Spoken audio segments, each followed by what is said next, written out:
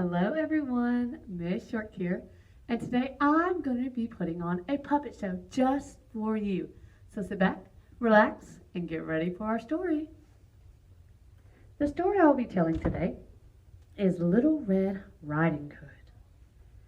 Here we go. Once upon a time, Little Red Riding Hood lived in a small house near the forest. One day her mother said, "Little Red Riding Hood, I just baked this batch of cookies for Grandmother, who has a cold. Will you take them to her? Go straight there, and don't talk to any strangers."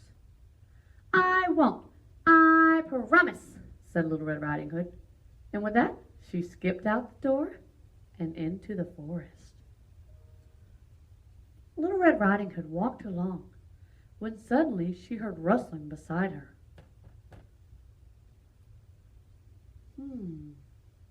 "Oh, little girl," said a sound right below her. "What are you doing in the woods?"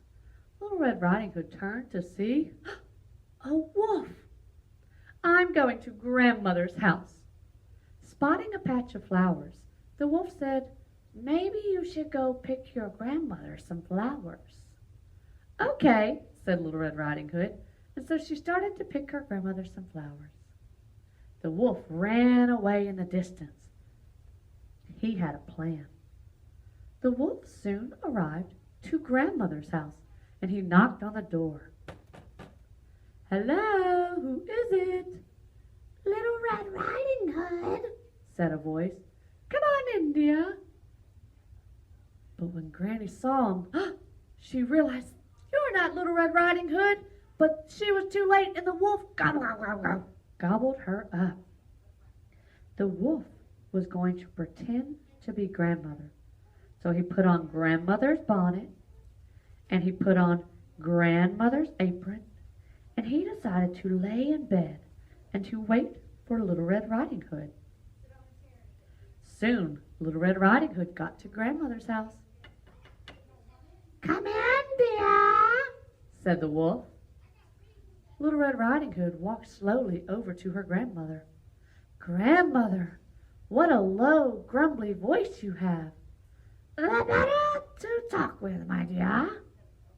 "Grandmother, what big ears you have." "The better to hear you, my dear." "But Grandmother, what big eyes you have." "The better to see you, my dear." "But Grandmother." "Yes." "What big teeth you have." "The better to eat you, my dear." Little Red soon realized that wasn't her grandmother, that was the big bad wolf. "No!" And so Little Red Riding Hood ran and ran and ran, and outside a woodsman heard her cries, and he said, "I will save you." And so the woodsman grabbed the wolf, and he squeezed, and he squeezed, and he squeezed until the wolf spit Granny out. "Oh, Grandmother, I'm so sorry. I did not listen. I should never stop and talk to strangers." "It's okay, dear," said the grandmother, "as long as you learned your lesson." And so Little Red, the woodsman, and Grandmother all sat down to enjoy their cookies, and they were still warm. The end. Now let's go over our characters one more time. First, we had the woodsman. "Hello, hello, hello." Then we had Grandmother. "Hello, hello, hello." Next, we have Little Red Riding Hood.